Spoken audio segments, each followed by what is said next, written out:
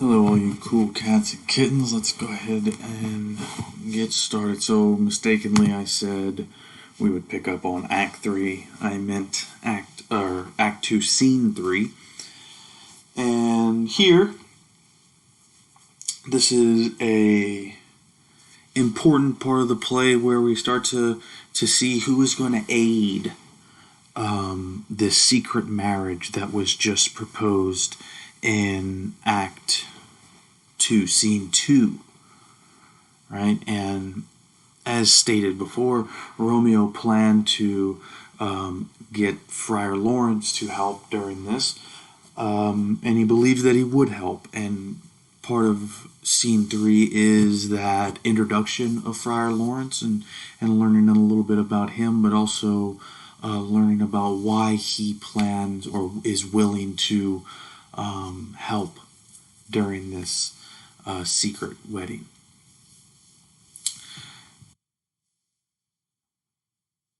Again, like I said, this is the introduction of Friar Lawrence, similar to how we had the introduction to Romeo and his side, and then Juliet and her side, and now this is Friar Lawrence. And next, we'll learn a little bit more about the nurse and how she kind of turns from this mother figure to someone who is willing to risk essentially everything by helping Juliet secretly marry Romeo without her parents' permission, without her parents' knowledge, and the reasons why she is willing to do that. And same with Friar Lawrence, the reason why he is willing to risk everything. And so virtue itself turns vice, being misapplied, and vice sometime by action dignified. We can translate this to that sometimes people do good things for the wrong reasons, and that good deed can sometimes be the wrong thing to do. Or, excuse me. Little brain trip up there. If you do something good for the wrong reason, that good deed can become bad, is what I meant to say. And so sometimes you have to do something bad for the greater good, is what that line there, virtue itself turns vice. And what does that mean, do something good for the wrong reasons? How can, some of you may be asking, how can someone do something that is good be bad? Okay, the first example that comes up to mind is in the Bible, Jesus referred to the wealthy person who would flaunt his donations to the church just to be recognized and admired by others for his good deeds. Right? He had no interest in actually following Christ and listening to his word and being a believer in the church. He just wanted the acknowledgement of others of, oh, look how good of a person he is. He's donating, or he's given his money to the church or to the less fortunate or whoever it may be, right? And that's a good thing that he's doing. He's donating and helping others. It's a good thing. But he's doing it for the wrong reasons. And therefore, that good deed that he did becomes tainted. It becomes a bad thing. Okay? So when Friar Lawrence sees Romeo, what comment does Friar Lawrence make about seeing Romeo so early in the morning? Right? To see someone up so early, it must mean something is on Romeo's mind. He is there for a purpose. That's the point that is trying to be made here, right? Remember, why is this important to make note of? Again, there are no props on stage. There is no artificial lighting to indicate the time of day. This is a way Shakespeare is able to indicate the morning. And and the change of day to night for the audience. It's also the underlining here of it identifies the urgency that Romeo needs to see Friar Lawrence. He needs to see him as soon as he can, which is at daybreak. He needs to find Friar Lawrence and ask him something that is very, very important. And what is it that he wants to ask him? He wants to ask him if he will help uh, secretly marry Juliet. And Friar Lawrence's answer is yes, he is going to help them. And it even goes into explain as to why. What's his motive for helping them? And it's explained in lines 89 through 92. He wants nothing more than to see the two families stop fighting. And he believes that Romeo and Juliet, if they get married, they are the key. They will bond these two families together. This love that blossomed from this hatred will be enough to end it for good, and therefore the families will be able to look beyond their hatred for one another for the greater good of this marriage amongst their children. Act 2, Scene 5. I need to check how long I've been recording. Okay. So as we said, Act 2, Scene 4. As we said in Scene 3, it was Friar Lawrence's opportunity to identify his feelings as to why he's going to help. And in Scene 4, we're going to come across a possible conflict or complication, if you will. Let's go back to the plot there, right? That complication continues with Tybalt and how he can kind of put a kink in the chain of events that is going to or is planned to happen, as well as we're going to talk a little bit about the nurse and the role that she's going to play, and kind of how her role turns from this motherly figure to almost as a helping hand in need. And so, all the reason we're going to stop for a second is just because of the example that we give here. So, number 3 right here. How does Mercutio use tricks of poetry to tease Romeo? Does Mercutio teasing of Romeo remind you of the way friends today tease one another? Now, this is your own personal answer to that, but I do want you to keep in mind how he does it, right? He pretends to be Romeo and compares Rosaline to famous love story women across the board, right? The generic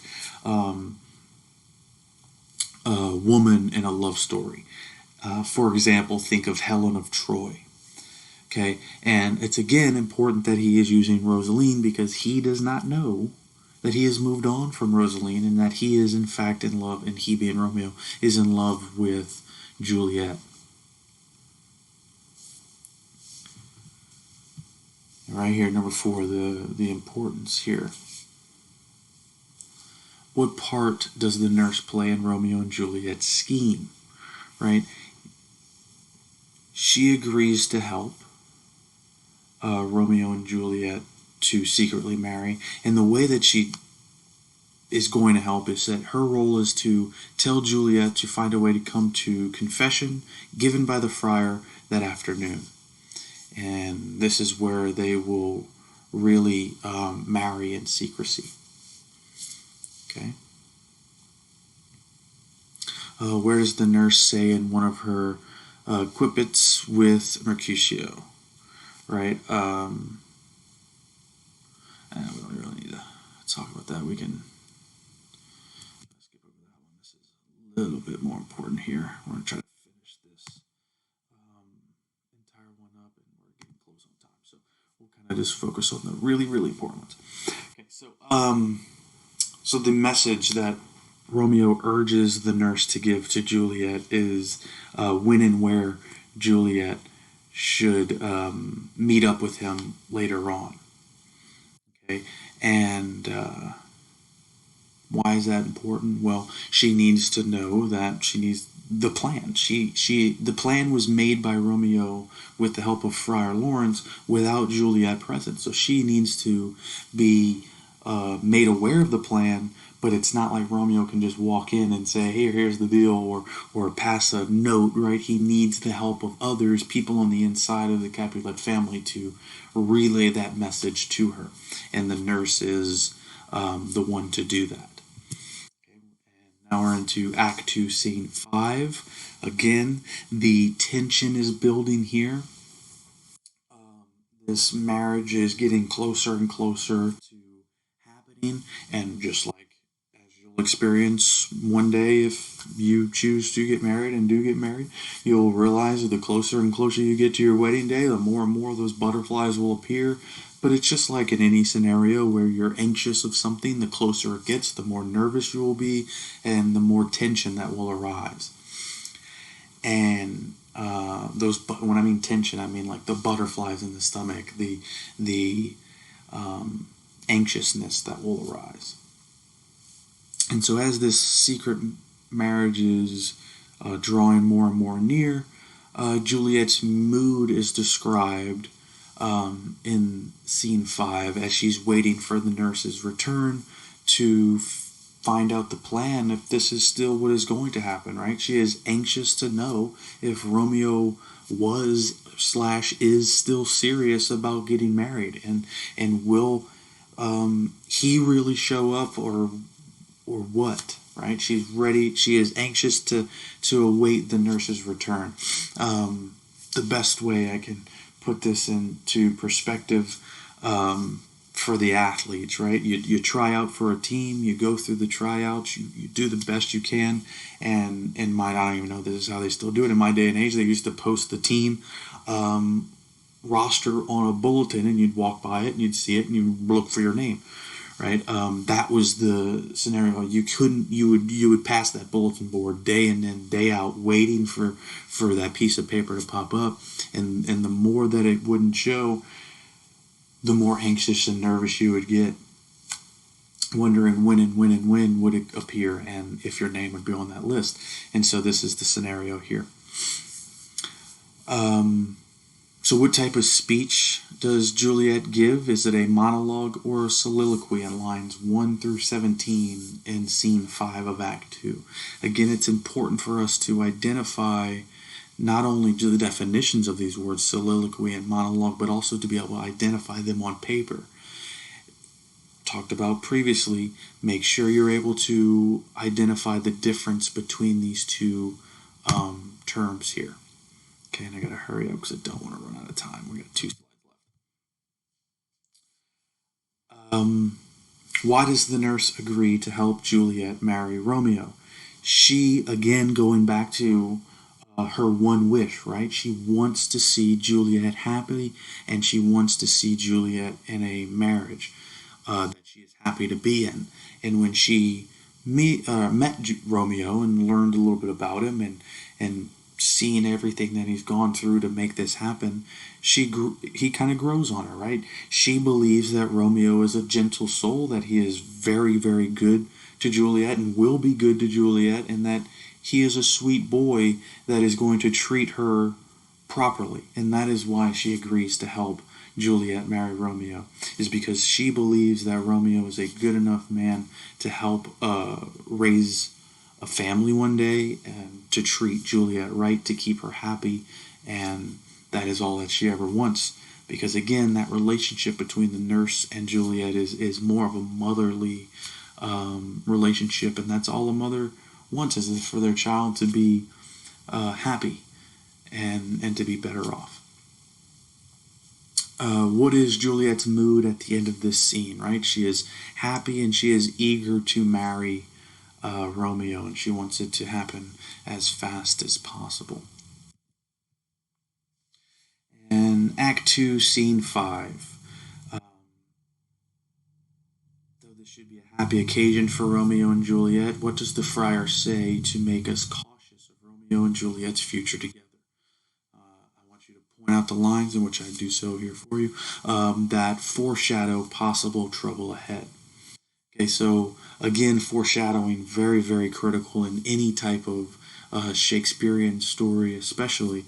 But in this situation here, a marriage is supposed to be beautiful and happy, yet Friar Lawrence indicates that there may be some trouble, especially for the couple in the near future, and warns them to be cautious of that. And the examples here, lines 1 through 2. So smile the heavens upon this holy act, that after hours with sorrow chid us not. There is smiling from the heavens followed by sorrow is the key here. There is smiling from the heavens followed by sorrow. So again, foreshadowing. This is a beautiful moment. Heavens are smiling down on us. However, it is going to be followed by sorrow. And in this situation, some of you may know the very end. You don't know what that sorrow is going to be, but it is indicating that there will be, in line 9, it says, quote, these violent delights have violent ends. So this sorrow is going to end in a violent way.